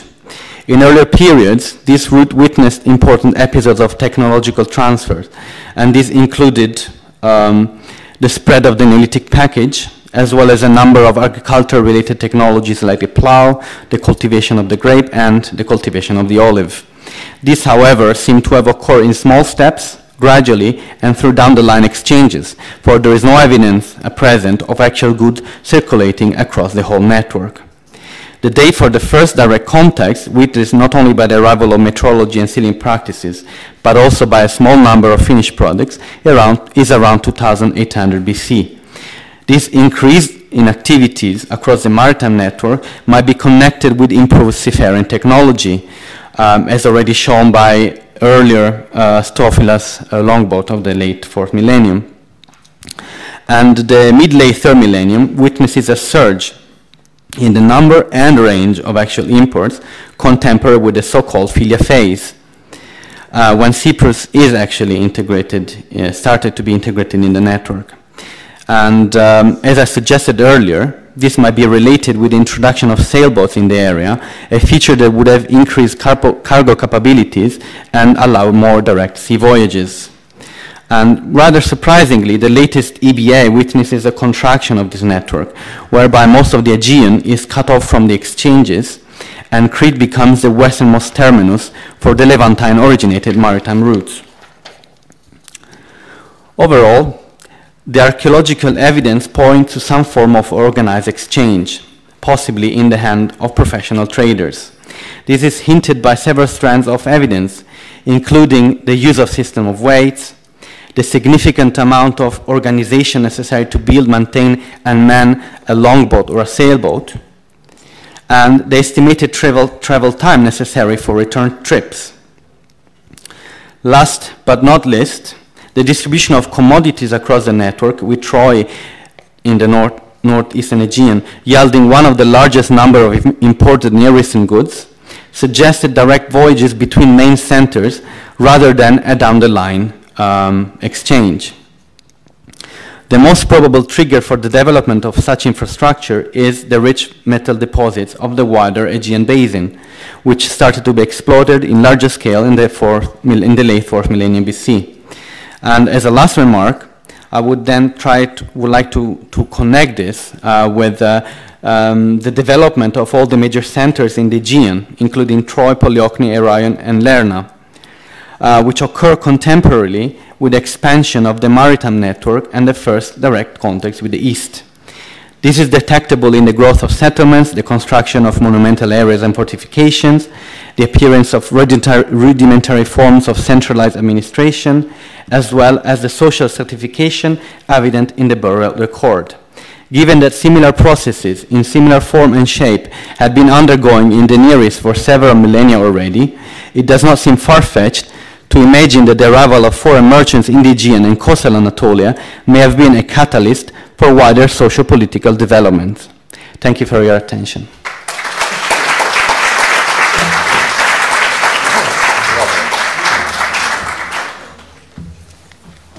We're in time for any comments or questions. Bernard? Thank you, Ms. Howard. One very specific question about this immense amount of material that you discussed. The analysis, if such, of metal finds from Agiaphota on Crete and Sungitsa and the mainland, you said that they are Cyprus-derived, whatever. I just wanted to ask, but is this based on analytical work or? Yes, this is Stossgale and MacDonald, 1991. There is an article. It's lead isotope analysis. Yes. Right. Lead isotope or? Lead isotope. Yeah. Yes. Okay. The only rider I would put on that is that lead isotope doesn't tell you the source, it eliminates sources. So Cyprus, it can be consistent with production from Cypriot ores, but it can't be demonstrated that it's from Cyprus. Well, I mean, yes, I totally agree that it's not straightforward and it's not definitive, but when you have bulk data, when you have hundreds and hundreds of readings, it starts building a pattern. And also you can exclude, as you say, and you can exclude Anatolian ores, for example. Cypriot ores are quite different from Taurus ore, for example, and they're quite different from Lavrion. So you can start excluding things. You don't have 100%. Yes. Okay. David? Yeah, you mentioned the point it's difficult with knowing what Turkish colleagues are doing. Well, one, Turkish is not an impossible language, at least for reading purposes, and two, Turkish colleagues, particularly in Antalya University, in the various publications to say what they're doing, they are doing their best to make their finds available. I just wonder, having worked in the Bay of Antalya on classical sites, I just wonder if your theory is right about coastal hugging, and I want to know whether you mean by paddled, are you using the word strictly paddled as opposed to oared, but that's one thing. But, we've now got Badem Agaji and Penelope Mountjoy introduced me to the finds from there. Once you've got ship representations on Mycenaean pots, the Western world got interested. But is this an isolated phenomenon? We've all concentrated on Kultepe and the links across the Taurus Mountains. But to what extent, if you're right, and of course later, that coastal hugging, if you think of Gelidonia, etc., was important. Why is there this gap until the end of the second millennium? There are good natural harbours. The archaeological gap in southern Anatolia, or? No, I mean, there are good natural harbours like Sida and Phasaelis. Yes. Well, is this gap a lack of evidence or a lack of study? I think lack of study, because I also work in Antalya, and there are, for example, Perge has some Chalcolithic and early Bronze Age. There is Silifke, which has some early Bronze Age. The problem is that classical archaeologists are not interested in digging down. And that is a very wide trend across Turkey, so we don't have any evidence, but I'm certain that there was. Antalya Plain is one of the most fertile plains of the whole of Turkey. It doesn't make any sense that there was no early Bronze Age settlement, or prehistoric for what matters. And there's never been an archaeological survey across the whole of the Antalya Plain. Okay. We have time. Sorry. Yeah, because I was looking from an Aegean perspective. So long boats have paddles, but of course, Levantine and Egyptian have oars. Yes. So, your question? Yes.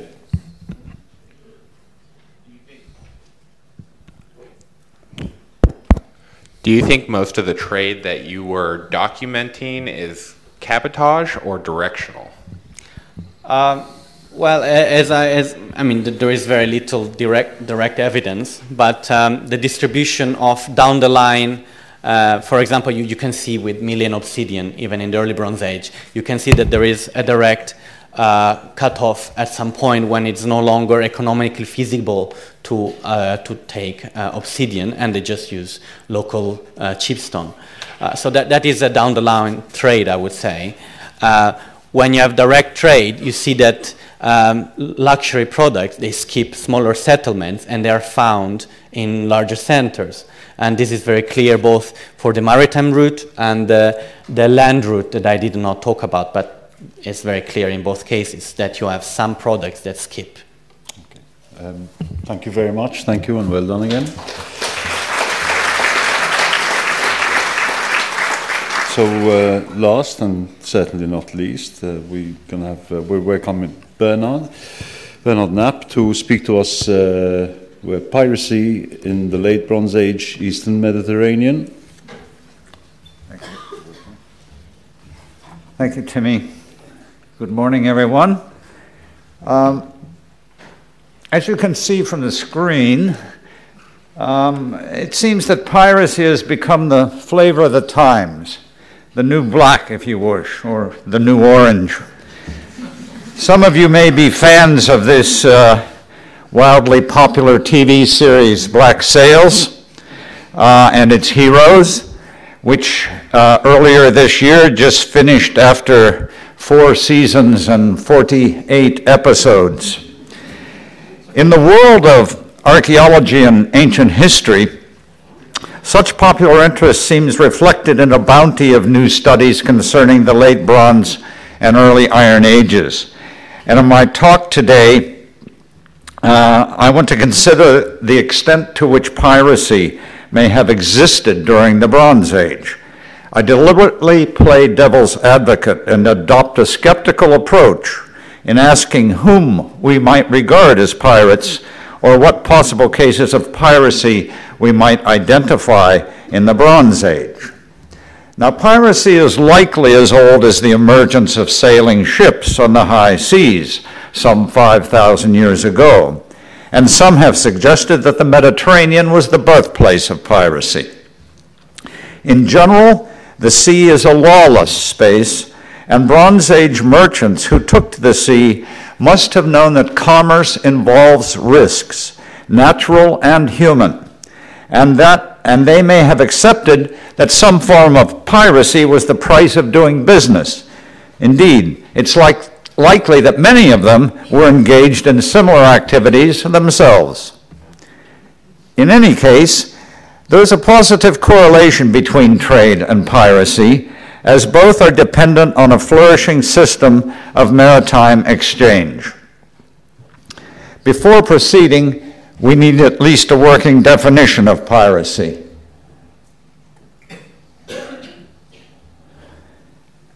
It is an irregular, typically hostile economic activity carried out for personal benefit and involving the use of ships, maritime mobility, and plundering at sea and along coastal areas. The 3rd century AD author Cassius Dio wrote, "Pirates had always attacked shipping just as bandits did those who live on land. Pirates thus operate mainly at sea and use ships, and their use of ships also meant they needed anchorages or shelters. Thus their bases were crucial for their activities. Pillaging, kidnapping, and murder by seaborne raiders must have been familiar phenomena for many Mediterranean people during the Iron Age and later. Let's look briefly at what some ancient authors had to say about piracy and pirates. Homer was very negative about merchants and not much less so about pirates. Both pirates and some of his heroes, like Odysseus, set off in long ships to distant lands to plunder and kill. Thucydides regarded piracy as an impediment to progress in his day, but in reminiscing about more ancient Aegean seafaring, commented that there was no disgrace and even some glory attached to attacking and plundering small towns. Plutarch's Life of Pompeii describes how Roman commerce was harassed by a vast pirate fleet based in coastal hideaways in Cilicia and Crete. And whereas Cicero castigated pirates as the common enemy of all mankind, St. Augustine expressed the view that piracy was relative, as beauty is in the eye of the beholder, what we would term a social construct today. The lesson we may take from such examples is that ancient piracy was very much an individual initiative, not restricted to any class. It may have offered to certain seafaring peoples a way to enter the lucrative commerce of the Mediterranean world. Turning now to the Bronze Age in the Eastern Mediterranean, the recent literature on piracy has been very inventive, creative even, but at the same time seems somewhat limited in scope, controversial, and often contradictory. Some of it, curiously, refers to the work of the classical scholar de Souza, whose book on piracy in the Greco-Roman world argued that it did not exist during the Bronze Age, that all evidence of piracy is textual, and that pirates left no distinct trace in the archaeological record. Taken seriously, such a perspective would present an immediate obstacle to archaeologists seeking the physical insignia of piracy or pirates. It is a perspective, however, that bears some consideration, as we shall see. Cesarano maintains that there was no such thing as Mycenaean piracy during the late Bronze Age, but Guilan unhesitatingly discusses Mycenaean sea raiders. Sauvage argues that late Bronze Age texts show that piracy was common, but cites only 5 documents in support of her statement. At least 25 such documents are relevant, as we shall see momentarily.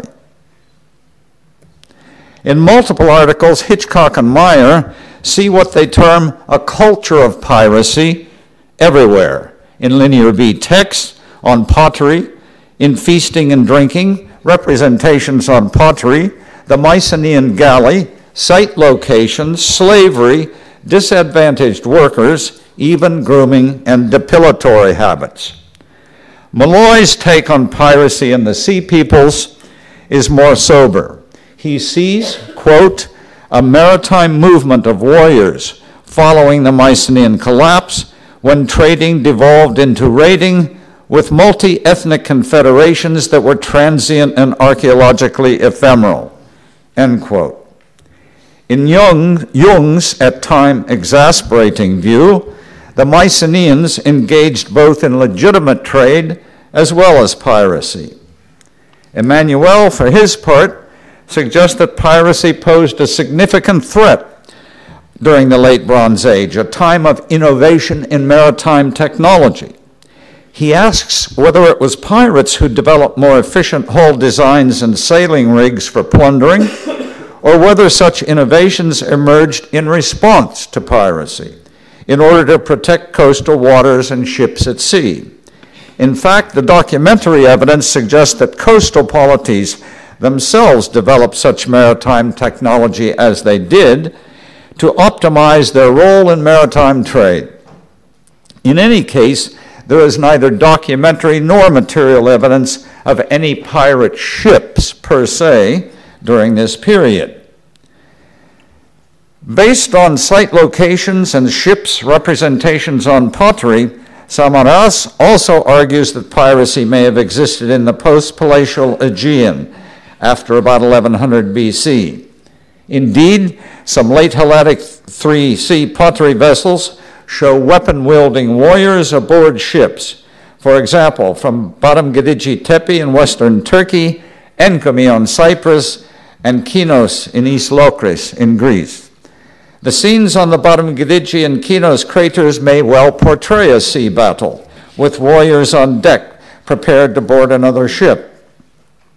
Along with representations on the wall reliefs of Ramses III's temple at Medinet Habu in Egypt, these scenes are the closest we come in any medium to what is commonly understood as piracy, i.e. shipborne raiders attacking another ship in order to plunder, loot cargo, seize captives, etc. The so-called Sea Peoples, seen in this relief, might seem to be the most obvious example of pirates, and indeed Hitchcock and Meyer attempt to link piracy more generally to the Sea Peoples phenomenon at the end of the late Bronze Age. They suggest, amongst other things, that Cypriot sites like Ma and Pila, both easily defensible with excellent surveillance qualities, might be associated with piracy. Ma as a refuge for pirates, Pila to protect against them. Indeed, the two Cypriot sites, along with many others in the Aegean or Eastern Mediterranean, might be construed that way. Korfmann, for example, as long ago as 1986, described Troy as a pirate fortress. The location of Troy, like that of the straits between Rhodes and southwestern Turkey, might well be seen as choke points where maritime routes are constricted by capes, straits, or islands. Nonetheless, we know little about any people or community involved in Bronze Age piratic practices, beyond speculation based on an array of the usual material suspects, argued to be pirates' insignia or memorabilia. All this archaeological maneuvering has done little to instill confidence in our ability to detect piratical activity or to establish the existence of pirates in the Bronze Age material record. Moreover, there is no mention in any late Bronze Age cuneiform or Linear B document of piracy or pirates per se, or of any words that may be translated as such.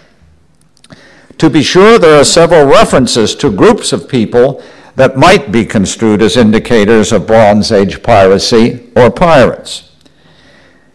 Here you see several textual references to various individuals, groups of people, or acts and events that mention ships, sea battles, enemy raiders sacking ports or abducting captives, some or all of which might point to the existence of late Bronze Age pirates or piracy.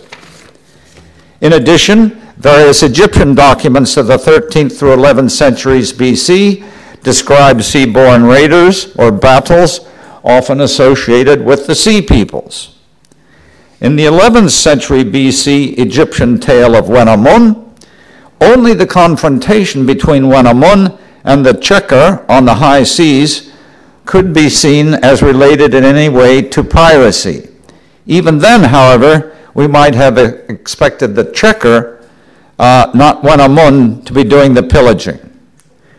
There are four groups of people in the textual evidence whose activities might be regarded as piratic in nature: the Luki, the Mishi, the Men of Arwada, and the Shikila.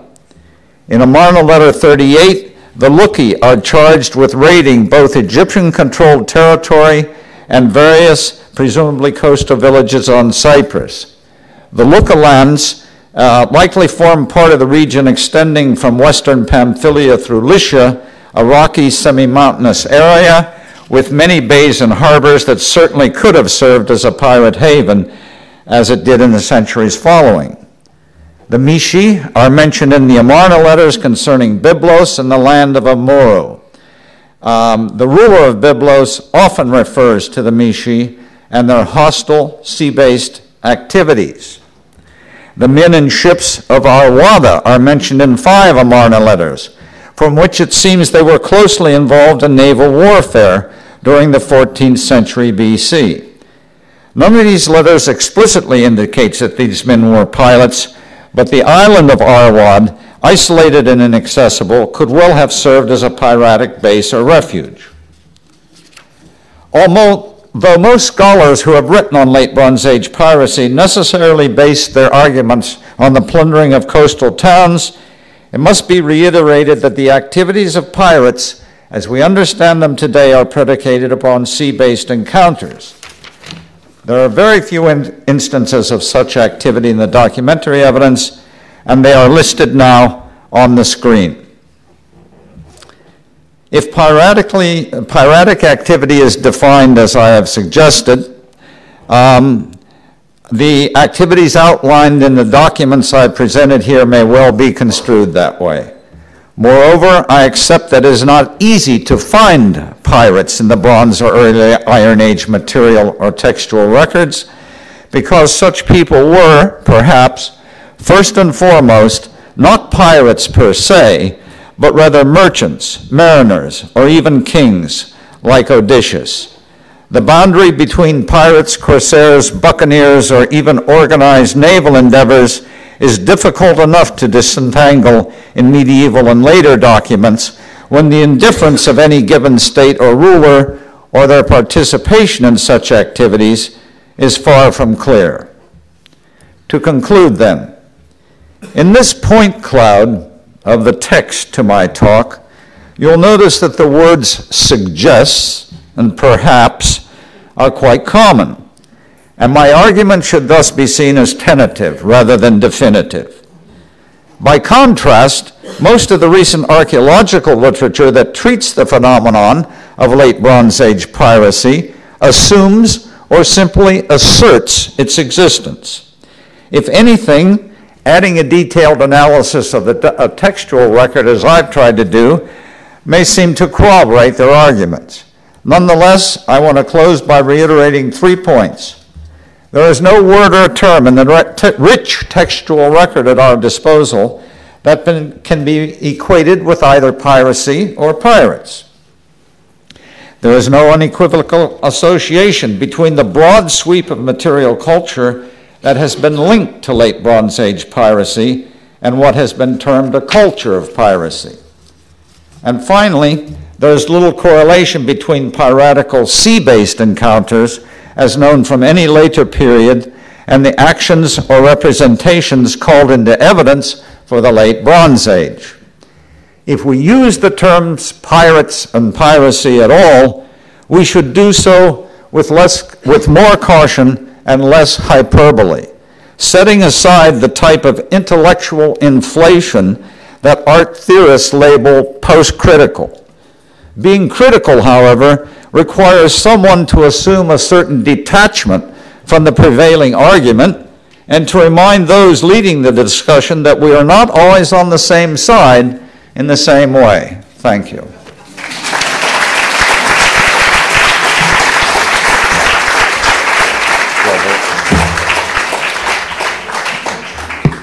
Excellent. Before coffee break, we have time for some questions for Bernard. Yes, sir. Yes, big fan of your works, Bernard. Would you consider a non-homogenic cargo of a ship as evidence of potential piracy? Sorry, would I consider a non-homogenic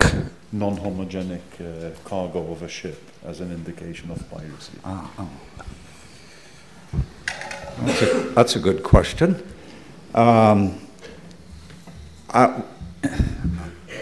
I don't know. Would you? And why? I mean, it's an interesting question. Yeah. If the ship is situated from certain distance from the coast, would that add interest to your argument? Okay, it might be indicative of piracy or any other number of mechanisms of trade. So, yes and no, I guess, is the answer to that question. Thank you. Question there? First of all, I want to thank you for this excellent talk you gave, and I would like to support your ideas from a legal point of view, because piracy is, sorry for my English, a declination of some rules. And so the rules and the ethical behavior in the sea is much later, after all this lex and use we have from the 5th century BC, and so I think it's a very, very interesting to, from this point of view, the context of the legal point of view of your ideas. Thank you. Yes, thank you. I mean, the more you look into this, the more interesting it becomes. I mean, there's an interpretation of Wenamun, for example, and the legalities that he ran into trying to argue his case with the king of Byblos. The textual evidence is, as I said, quite rich in this regard, given the period of time. And this is why I found it so interesting that none of the most vocal proponents for late Bronze Age piracy had really considered in detail the documentary evidence. Yes, David. Briefly, thank God for your simple presentation in clear, simple English. When I look at your bibliography, the horrendous jargon which appears in the literature, in langue de bois, really, it's good to have this good, clear presentation of an important subject.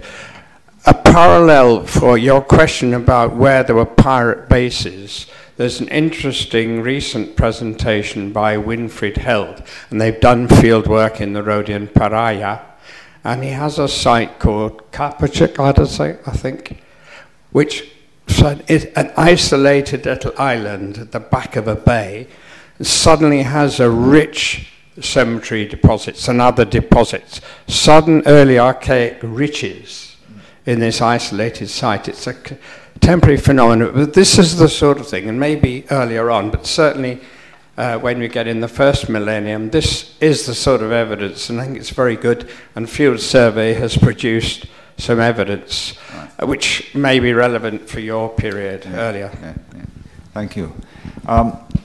I should say, in defense of all those who have written about piracy, I think, they were trying to do something new. They were trying to present a body of data that some of them worked very hard to put together. I just remain a wee bit skeptical about that, and I wanted to add another dimension to their arguments. They will certainly take my points in support of their view, not as a detraction from their view. And this is my problem with their position. Okay. So just before we, thank you, Bernard, again. Excellent.